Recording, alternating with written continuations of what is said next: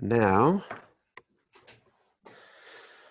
So for those of you who want to follow along in your project, feel free to open up your project.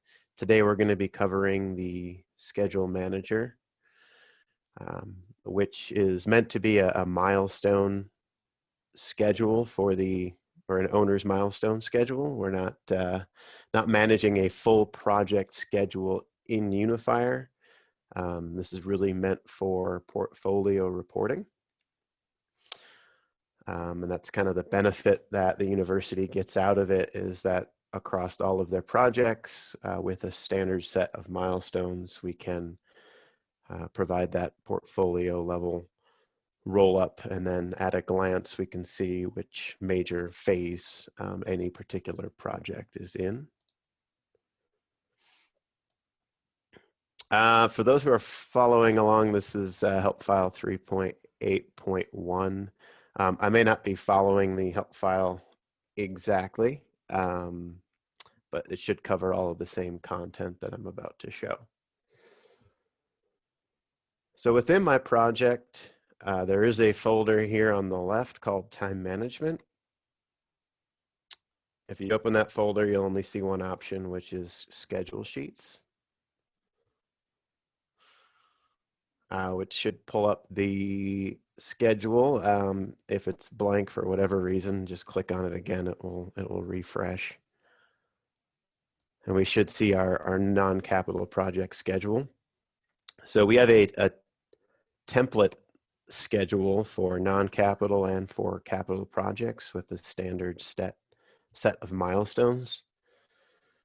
So with this highlighted, if I double click on the schedule, it's going to open up our schedule in kind of a familiar schedule view here.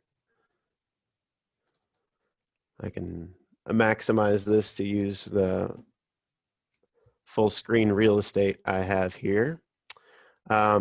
These milestones are automatically loaded for all projects, the same set of standard milestones.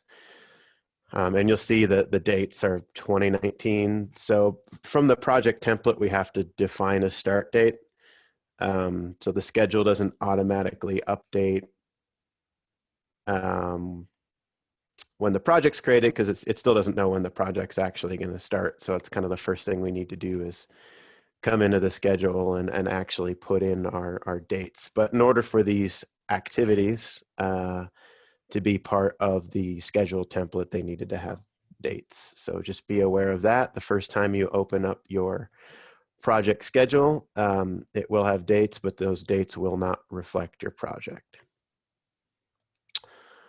Now, this is a standard set of milestones for reporting. You can add additional activities or phases, and I'll demonstrate that in a moment. And for some projects, some of these phases will not apply. Not all projects will have a concept phase or a design development phase. We will not be deleting these activities. We still want to retain them for reporting, but for those phases that don't apply, well, we can set the duration to 0. So I'll show how to do that as well. Just a quick overview of the columns and what we're seeing here. So this is the activity name. This includes project phases as well as milestones. So you'll see that some of these activities have a duration of 0 because they are milestones. Oops. The project start and project complete should be milestones, but I think we fixed this in production, but construction is showing up as a milestone here. But that's good because I can show you how to change that. The start and finish date columns, these are our planned start and finish. And so the beginning of the project, this is what we think it will be. As time progresses and our schedule and scope is more refined, we can come in and update our start and finish dates. Baseline, these are baseline start and baseline finish. I'll demonstrate how to baseline your schedule. So once we get to schematic design approval, along with baselining our budget, we'll want to baseline the schedule.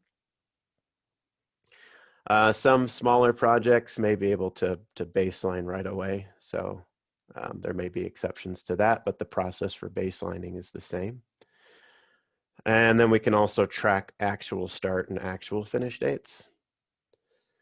And so that way we can track our actual performance against what we thought we were going to do when we baselined.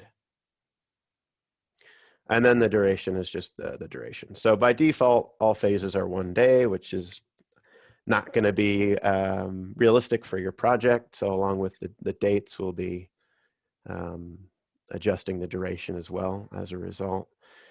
And on the right, we just see a Gantt chart view with each activity as a bar. And then if there's any schedule logic in terms of predecessor or successor activities, those are represented with the arrows here. And again, as I mentioned, anything that's marked as a milestone will show as this, this diamond shape here. Construction in our training environment may be incorrectly shown as a milestone. So we'll go through how to change that. So let's start with editing an existing activity. So as I mentioned, construction we've got in here is 0 days, and it's shouldn't be a milestone. So if I hover over construction, my arrow turns to a little hand, which tells me I can click on this to open it up. It's also possible to edit dates directly from this view. If I just click a date, it will let me change a date. However, each activity has more information than we see columns. So if I do click on construction, it's going to pull up the full details for this activity. And as I scroll down, I'm going to see a lot more information than just the columns that I'm seeing. One of the general attributes here is whether or not to show it as a milestone. I'm going to uncheck that because construction is a phase with a duration, not a milestone like a completion date. Activity constraint is also important to note. So typically set as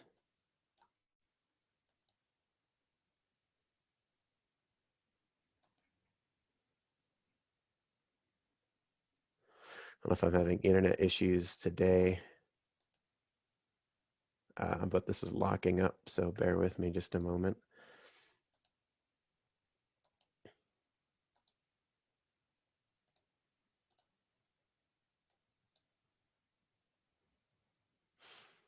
Okay, I don't know if anybody noticed that this diamond icon changed to a bar once we uncheck that show as milestone.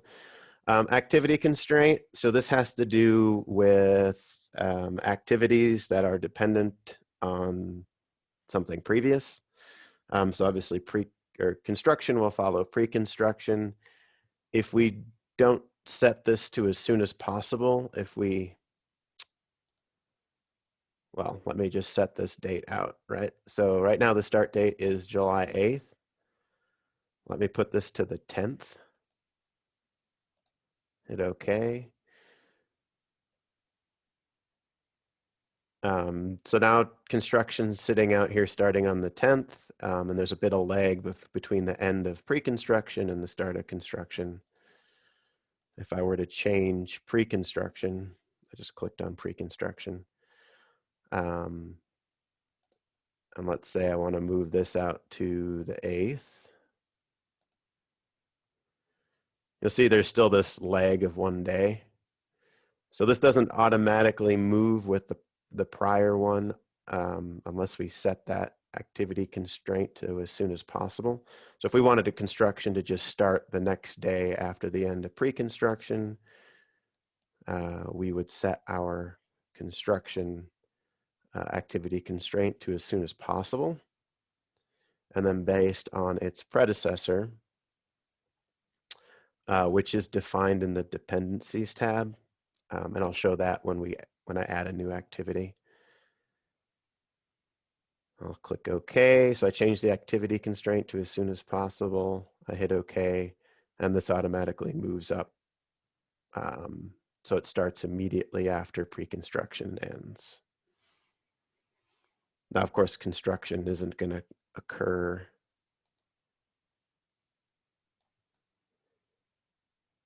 over one day. So if you do change your dates, so let's say we're going to go from the 9th to the 11th, it's automatically going to calculate this duration for you. So you don't need to enter that separately. And that just pushes that out.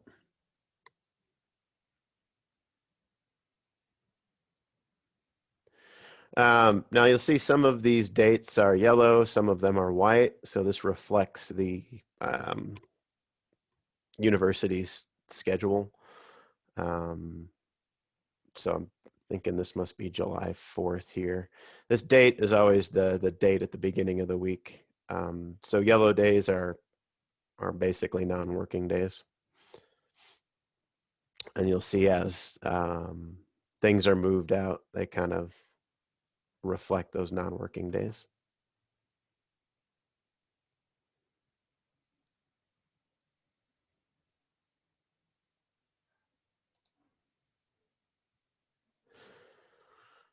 Okay, well, let's add a new activity here. So again, these are the standard milestones. If you wanted to add a couple of more to be able to track just for yourself. Again, not meant to be a full project schedule, but you got some important dates or phases that you want to track in here. That may be dependent for another phase to start.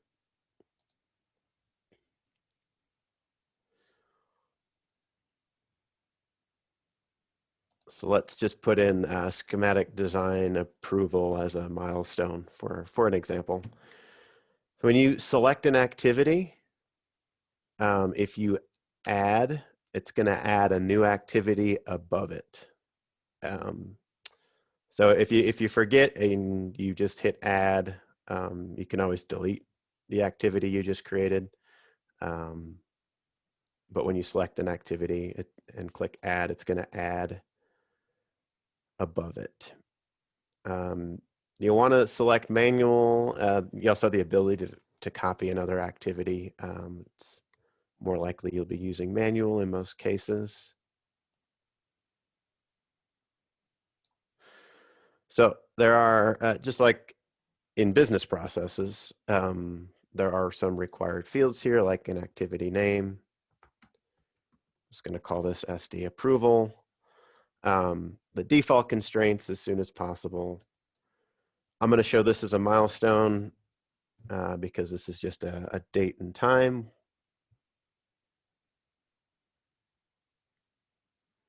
And then hit OK. So now I see we added a new activity above design development called SD approval. But it's just sitting here at the start date and it has no connection to anything around it.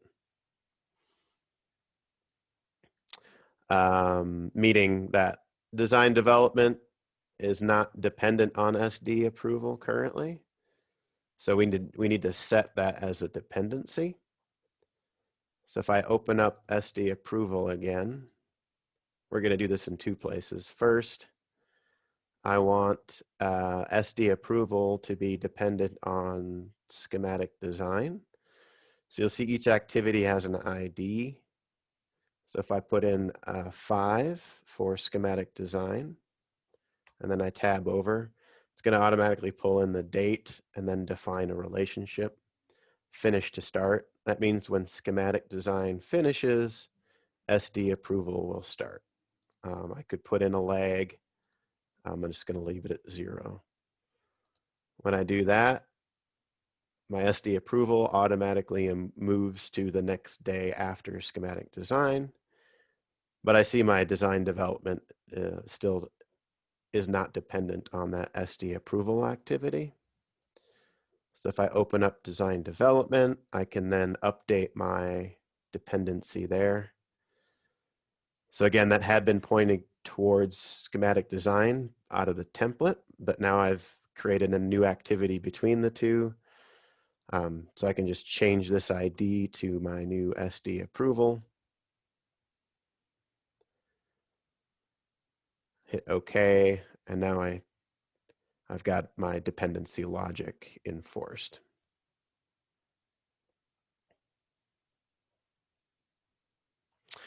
That is important when you change dates. And so if you don't have that dependency, if you move out schematic design, your design development's not going to move out with it. So just be aware when that occurs. All right, let's expand out some of these. Let's say initiating is going to take us till then. And feasibility will start, and let's give that 2 weeks. And then as we adjust this, you can see those dates. And because we have a dependency logic defined, everything moves out automatically.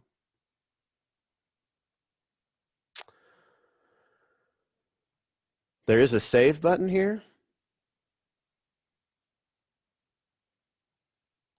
Oh, sorry. And Catherine makes a good point in the chat there. I mean, the first thing you're probably going to want to do is set your project start date. So, which I haven't done. I've just taken the default date, which is in the past. So let's just move this out to October of this year. Let's just start on the 1st.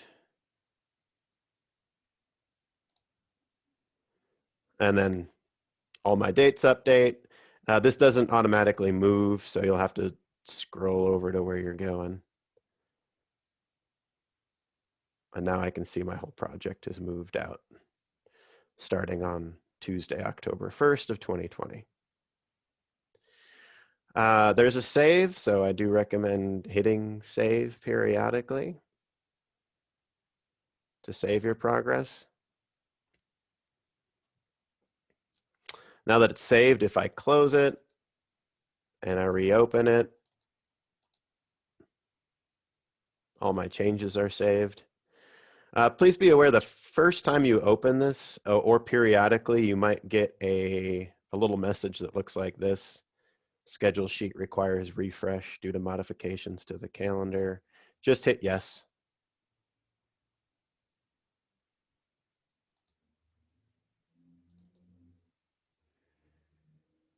And then when you first open it, you don't see all the columns.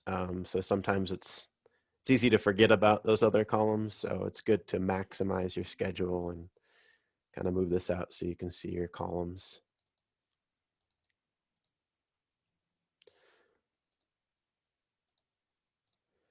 I'm just going to go ahead and enter durations for the rest of these. So I'll, of course, along with entering dates, you can also just enter a duration.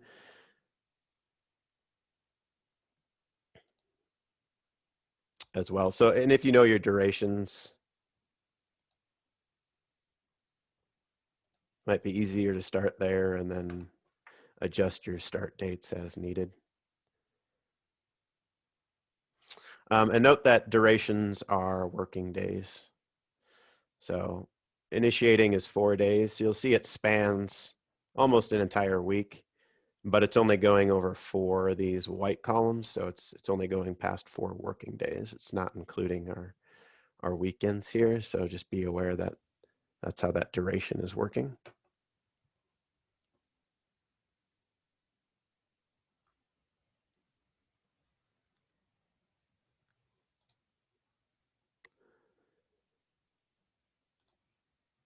Okay, so I'm going to go ahead and save my changes. If you did add an activity that you no longer needed, there is the opportunity to delete. Just be aware that that's going to affect your dependency. So I'm going to go ahead and delete that new SD approval. And so now I can see my schematic design is no longer tied to my design development. So if you do remove any of the activities that you add, again, we don't want to remove any of the activities that you get from the template. Just if you've added any and remove them, you'll want to make sure to update your dependencies. So design development is dependent on schematic design. So I'll put 5 in here, which is my ID for schematic design. Hit OK, and that creates the dependency here.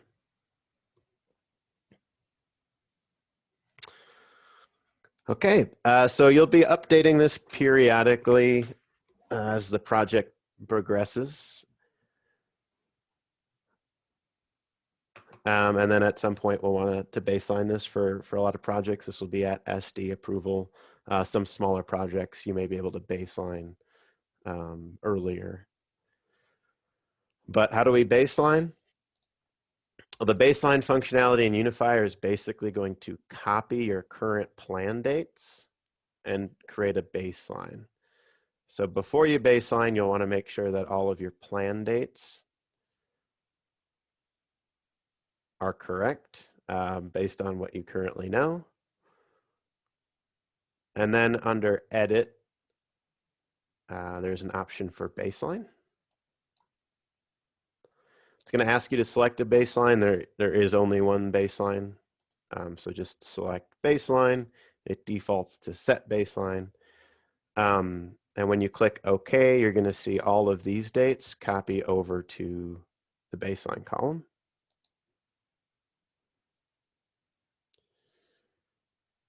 And now let's say I've baselined at SD, and then as I get through CD, some of my future dates change. So I may still be updating my plan dates. So let's say construction got bumped out a week. But my baseline dates will be retained. So even though I moved construction out to 3/22 now, my baseline is still 3/15. And of course, I'd be entering actual dates as the project progresses as well. So let's say the project did start on the 1st, but not September 1st.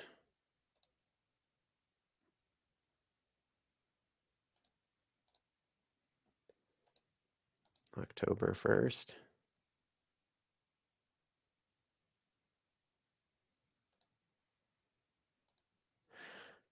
Which is a future date, and Unifier won't let me select a future date as an actual date. So, but you'll enter your actual dates as the project progresses. It just won't let you enter a future date, which makes sense.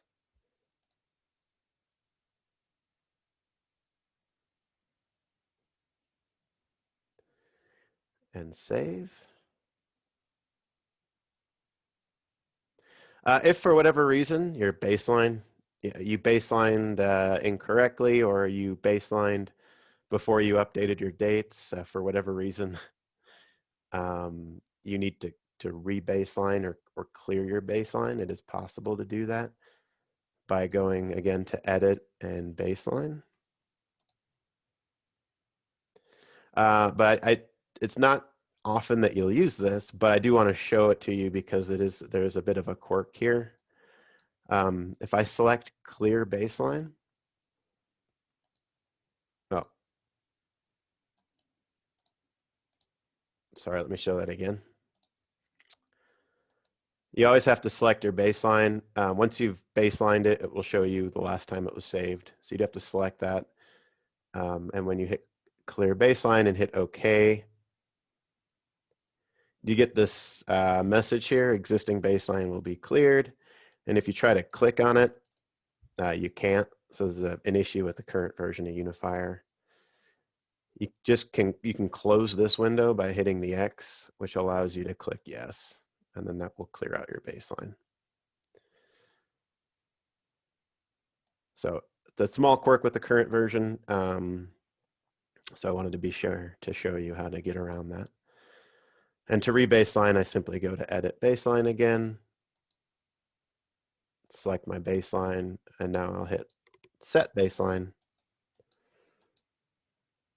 and OK. which again copies everything over.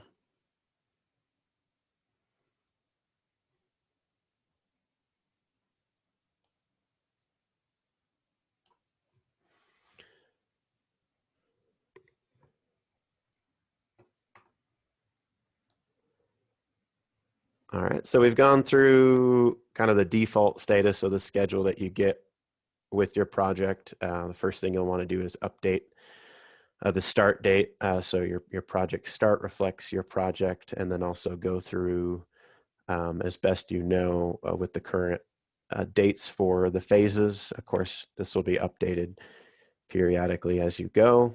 If there are any of these standard milestones that do not apply to your project, again, we can just set those durations to 0.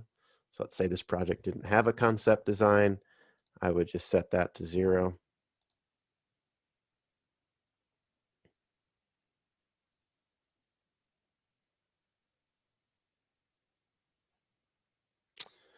And it looks like because of some of our edits, my schematic design didn't automatically move up. So again, if you ever note that, that just means we need to set our constraint to as soon as possible.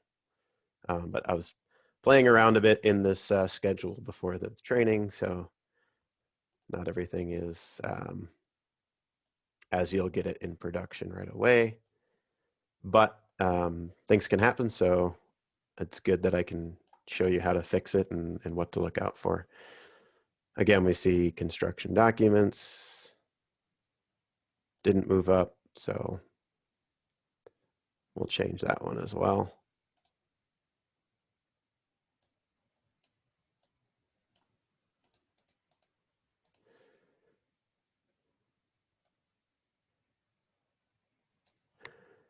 And save. There's also a zoom in, zoom out. So I know we've got kind of a long schedule now, and scrolling can be kind of a pain. So you can zoom out a bit to get a different view, just like in MS Project or other scheduling softwares, to be able to see this now at a month view.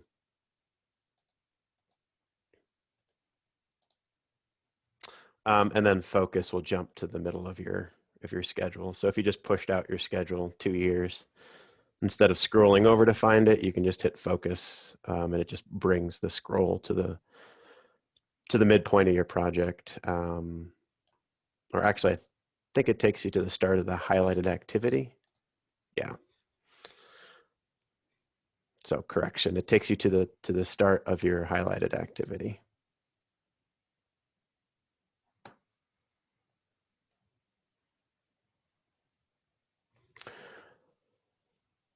All right, a few other things to note.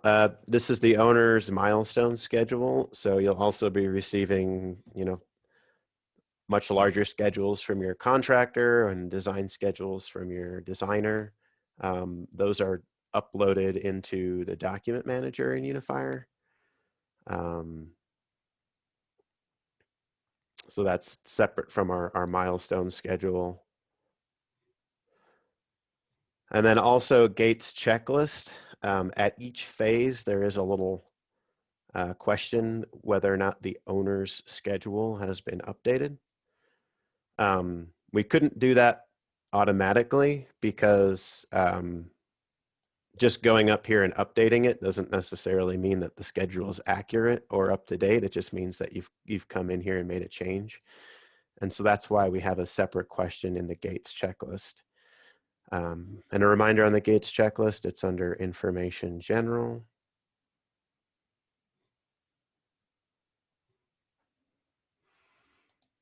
And Gates checklist.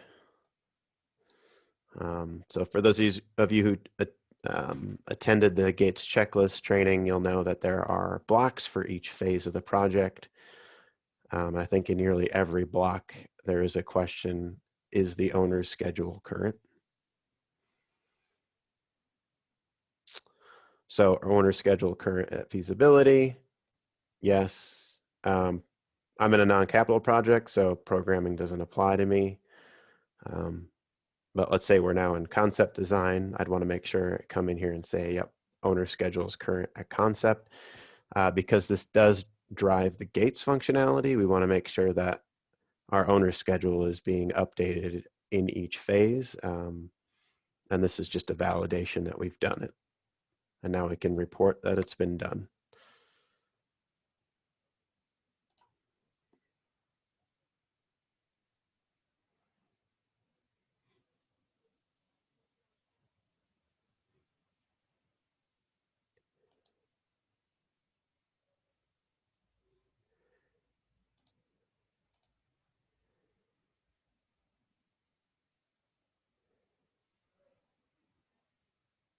One other thing I want to point out is the refresh.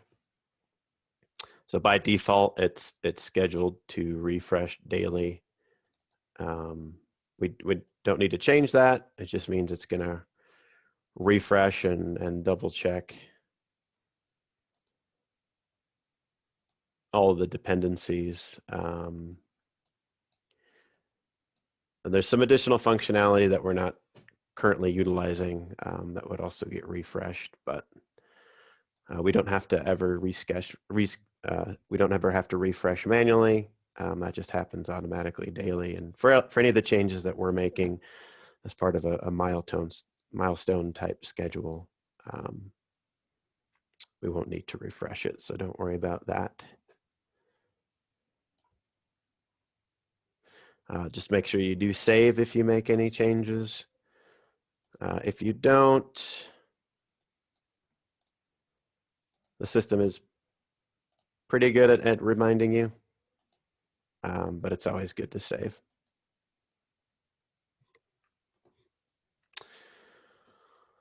All right, and that concludes the recorded portion of our training. So I'm going to go ahead and stop sharing, stop the recording.